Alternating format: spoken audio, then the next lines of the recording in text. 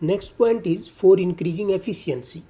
Efficiency मतलब कुशलता, ज़्यादा उत्साह से काम करने के लिए। तो उसके लिए भी प्रॉफिट एक जो है मेन मोटिवेटर के रूप में काम करता है, क्योंकि सेल्फ इंटरेस्ट से बड़ी कोई पावर नहीं है। और सेल्फ इंटरेस्ट कब आएगा, कब जनरेट होगा, जब आपके पास प्रॉफिट्स होंगे।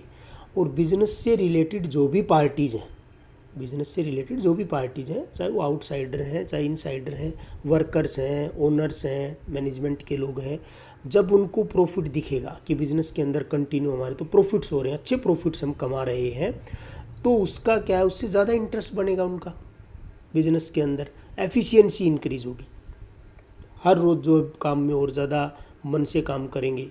वर्कर्स को अगर टाइमली बोनस मिलेगा, ज़्यादा से ज़्यादा उनको सैलरी टाइम पर मिलेगी, वेजेस टाइम पर मिलेगी, जो भी रेम्यूनरेशंस उनके डिसाइड कर रखे हैं, तो इससे क्या होगा कि उनकी एक स्पेशल अटैचमेंट बनती है। जहाँ पर भी पेमेंट टाइमली होएगी, और वो आएगा कहाँ से, वो प्रॉफिट से आएगा वो पैसा। तो इसलिए हम कह सकते हैं कि इंक्रीजिंग एफिशिएंसी के लिए प्रॉफिट बहुत ज़रूरी है। एक बहुत बड़े मोटिवेटर के रूप में प्रॉफिट काम करता है आपकी एफिशिएंसी बढ़ाने के लिए, आपकी माइंड एफिशिएंसी बढ़ाने के लिए, आपकी बॉडी लैंग्वेज को पॉजिटिव रखने के लिए प्रॉफिट सबसे ज़्यादा ज़रूरी है। फोर्थ पॉइंट है for building Prestige and recognition. एक पहचान बनाने के लिए समाज में, सोसाइटी के अंदर एक बिजनेसमैन को, उसके लिए कंटिन्यू प्रॉफिट ज़रूरी है। क्योंकि लॉस होगा उसमें, उस बिज़नेस से इन्वेस्टर्स भी भागेंगे, अपना पैसा विड्रॉ करेंगे कि भाई कभी भी ये जो है वो शट डाउन हो सकता है बिज़नेस। और कंटिन्यू अगर प्रॉफिट है, बहुत अच्छे प्रॉफिट्स हो रहे हैं, तो आप टाइमली पे कर रहे हैं किसको, एम्प्लॉयज़ को, अपने क्रेडिटर्स को, बैंक को, ओनर्स को अच्छा डिविडेंड दे रहे हैं, डिवेंचर होल्डर को टाइमली इंटरेस्ट पे कर रहे हैं, तो उससे आपकी सोसाइटी के अंदर एक अच्छी इमेज बनती है।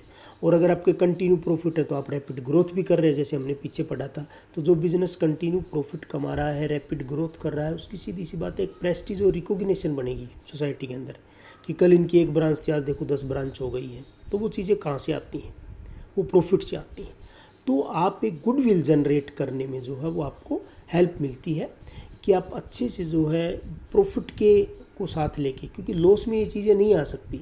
लॉस में आपकी गुडविल इंक्रीज नहीं डिक्रीज होएगी, कि भाई ये संस्था जो है, ये ऑर्गेनाइजेशन जो है, वो किसी भी टाइम पे बंद हो सकती है, क्योंकि यहाँ पे एडिक्यूट प्रॉफिट्स नहीं है, एडिक्यूट रेम्यूनरेशन एम्प्लॉयज़ को नहीं मिल रहा है, सफिशिएंट डिविडेंड शेयर होल्डर्स को नहीं मिल रहा है, तो शेयर होल्डर अपना पैसा विड्रॉ करेंगे।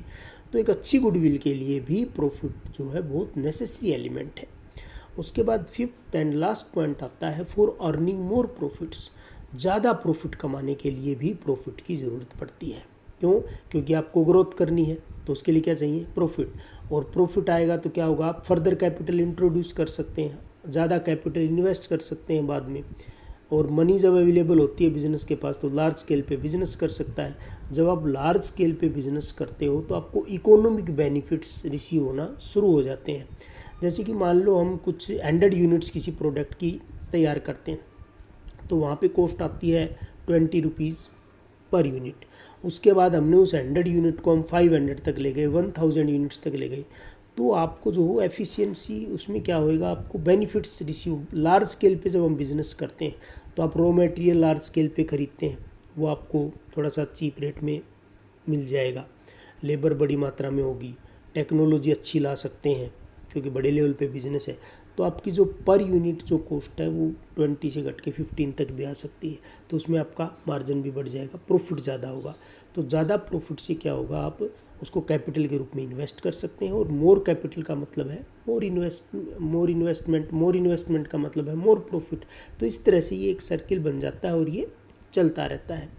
तो आई होप कि आपको समझ में आया होगा। मैं एक बार दोबारा से जो आपको रिपीट कर देता हूँ। 5 पॉइंट जो हमने पढ़े, आज पढ़ा role of profit in business.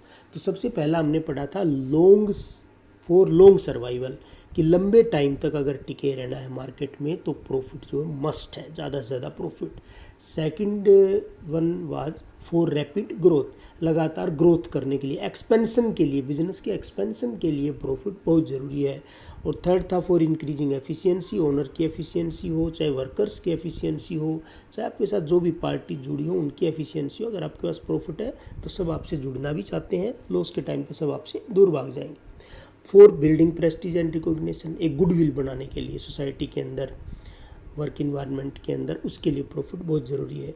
और last one is for earning more profits, और ज़्यादा प्रॉफिट कमाने के लिए भी प्रॉफिट की ज़रूरत है। तो आई होप कि आपको समझ में आया होगा। Thank you, have a nice day.